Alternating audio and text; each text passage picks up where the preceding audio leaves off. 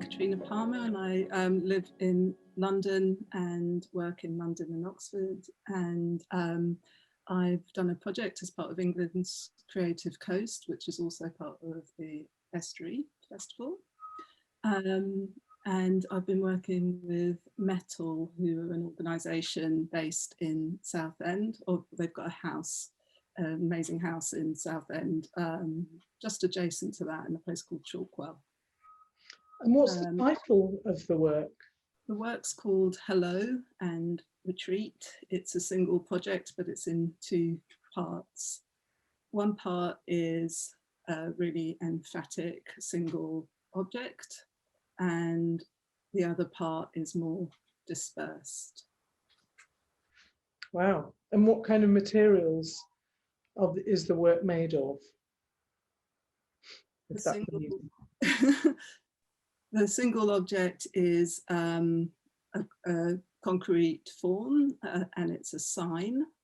So it's sculptural, but it's also a language-based object.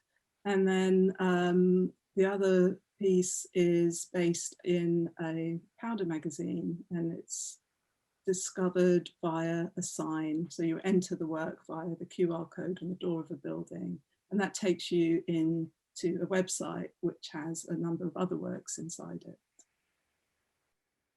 Great, thank you. I mean, let's talk about that a little bit more. And I've been thinking about how best to describe this work, because it operates on several levels, to say the least, and it's there are two distinct elements to it.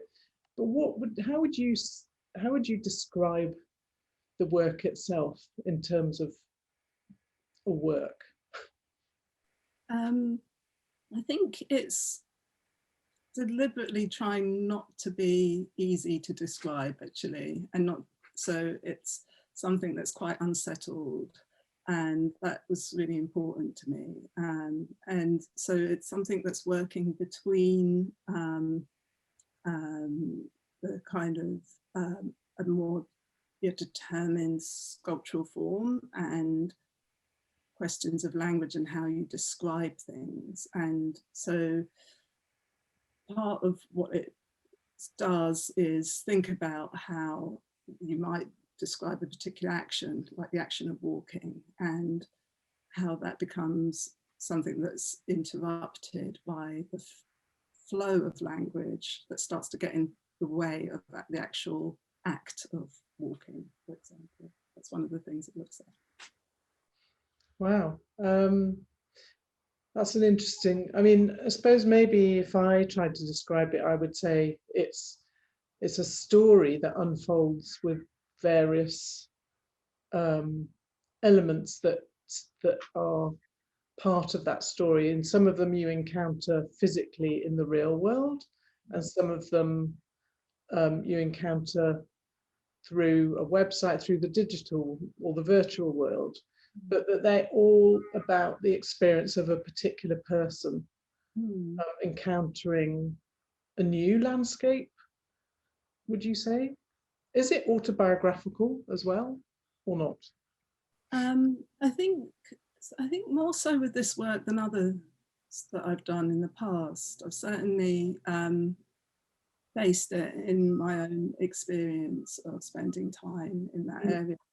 And yeah, so it is, yeah, it's based in a sort of public space, but seen through a very subjective viewpoint.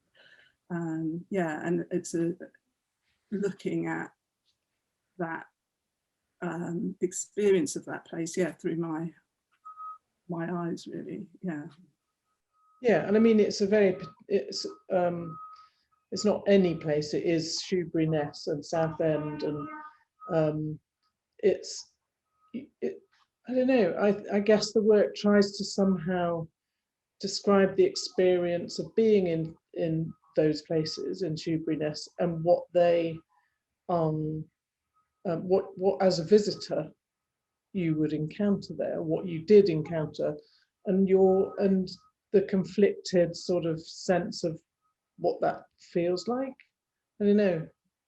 Yeah, exactly. Yeah, and I think, you know, when I first went down there, one of the things that really struck me was how the sort of strangeness of the perspective from that area. So if you like standing on the coastline there and you think that you're looking out from there towards the rest of the world, actually, because of the way the coastline's interrupted, you look away from the coast, but you're looking back at England, you're looking back at Kent.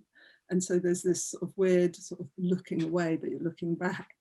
And that kind of absurdity of that was something that I kept finding when I was there in different forms, like walking along the pier and having to come back, or getting into the strange little funicular cliff lift that is like this short trip up the cliff and down again, pulled by a sort of counterweight, or, you know, just thinking about the tide going out and coming back and things like this. And there was this sense of going out but having to come back again that I kept responding to. And was that the inspiration? That was kind of the main inspiration for the work as a whole, or was it the landscape itself and the structures that you describe in the landscape that was the kind of starting point? The structures as well, yeah. The kind of the sort of conflictingness of them, I think. So like the way Southend is like got the fairground and beach, and it's like a holiday resort, and people screaming and laughing and just like really enjoying themselves. And in Shoeburyness, which is just next to it, there's also a sort of really beautiful nature reserve and a beach and a children's playground and things. But then it's sort of nestled right in between, butts up right against this sort of military zone. So there's like these war relics, these buildings that are left over from the war, defensive structures, and then on the other side of it is a military testing site, where an MOD testing site where they still test live ammunition. So there are sort of signs everywhere warning about unexploded ordnance, at the same time as all this other stuff's going on. So there's sort of the strange conflicting sort of spatial antagonism or something that I found quite fascinating. Yeah, and that really comes across in one element of the work, in the retreat part of the work, in what you've described as a short story, which brilliantly kind of summarizes your visit over a number of days, and the people you encounter, the places that you go to, but sort of underpinning it for me feels like there's a sense of anxiety because of these conflicting kind of sites. You know, this fun fair where people are having fun and enjoying themselves as a pleasure zone, right next to an ex-military zone and a currently used military operations site. Yeah, it's a really fascinating area for you as an artist to uncover, I imagine. Yeah, there's a sort of sense of letting go and then being defensive at the same time. And it's like kind of all these weird forces at play. That, yeah, and I suppose as well as someone who sort of trained in sculpture, I'm always thinking about materiality and physicality, and that feels particularly relevant at the moment. And in that site, in the sense of it being a place where I was thinking a lot about these sort of confrontations with physicality, or personal physicality as a kind of border. And so like the politics of the physical presence, which is really obviously really heightened at the moment anyway, and particularly so because of like COVID, which more recently, but how that is seen next to the sort of border of the country. And thinking about that while I was there made me really aware of like who's let in and who isn't, and what are the points at which I felt part of the culture, and at the point at which I felt like I was looking at it from some kind of distance. And then sort of trying to think about those limit points, those borders, and how they might be negotiated, where the lines are drawn and what that means, how you respond to those to make a bit of work. So it's like using that experience, or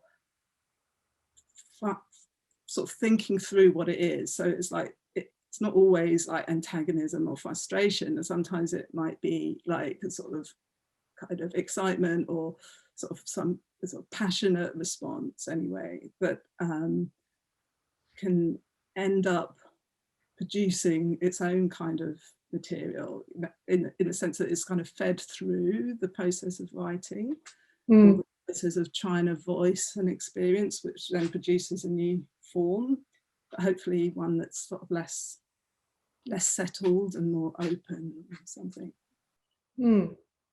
And did the idea of writing a text, was that the first thing you thought of? I mean, you as an artist, you work in so many different media and forms, using written word and text, but also making sculpture, using film and sound. But that is the kind of primary source material for you, writing? Is that, you know, where you have to always start? I do tend to start in writing, or recording the voice, speaking through narrative, or yeah, I tend to make a lot of notes as well. I think a lot of people do, and yeah. But I suppose I always imagined that I would respond with a piece of writing in some way, and then the other things are part of the same narrative, but perhaps different perspectives on it. Yeah. So what people will come across through the engagement with the work is this short story, but also a sound work, and a video, sort of film of part of your experience there. Do you have any preference about the way that the order in which people should encounter these works, these elements to the work? Not really, actually, because I just, I can't really control that. But anyway, I'd hope that any of them could stand alone if necessary. If people only read the story or only see the structure of insubariness, you know, that's hopefully works in themselves as well as relating to each other. Yeah, I mean, the structure itself is going to be quite a fantastic thing for people to come across. That's going to be quite unexpected in the landscape that's there. But also the way that people can enter the sort of virtual part of the work by coming across this sign on the door of the building nearby, the Powder magazine, which again is a historic building. Looking at the online works, and particularly reading through the story, I feel it's quite interesting to wonder what picture, because it generates such an amazing range of imagery in the mind, that it conjures up a picture of a place that could be quite interesting even if you hadn't been there. And that might be an experience that I imagine some of the audience would have. Yeah, I hope so. I mean, I hope, you know, as a piece of writing, that it does do that, generates images and thoughts and takes you somewhere else, but that's based, you know, that's promoted by the words themselves. Yeah,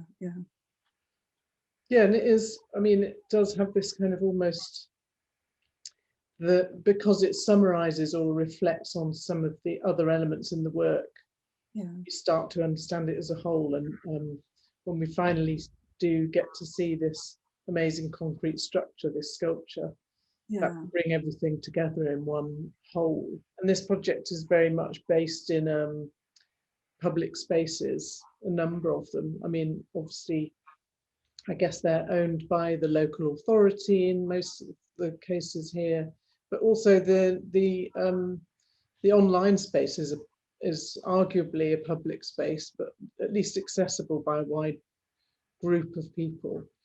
Is that something that's also a sort of an area of your practice that you've explored a lot in the past, or? Yeah, I did a project called End Matter, which was out in the public space, and the one, the coffin jump that I did in the Yorkshire Sculpture Park with 1418 now. Yeah, so that kind of, that sense of things being outside and people stumbling across them amongst other things in the everyday is, and the sort of surprise of things, or the need to negotiate what else is going on at the same time as taking on the artwork, feels important to me. I think there's something about sculptural work that can kind of disappear into the everyday in some ways, and that interests me as well. Yeah, and yeah, so yeah, these sculptures in public places often become almost invisible once they're part of the everyday environment. Yeah, yeah, and that interests me. Yeah. And are you, I mean, obviously that's something that's become quite contested, particularly in the last year. The idea of, I guess we're thinking about monuments and who gets to be memorialized through a monument. And one thing that throughout that process has been in the back of my mind is the fact that monuments have suddenly become less invisible somehow because of what's been happening. Yeah, that's true. Yeah, they're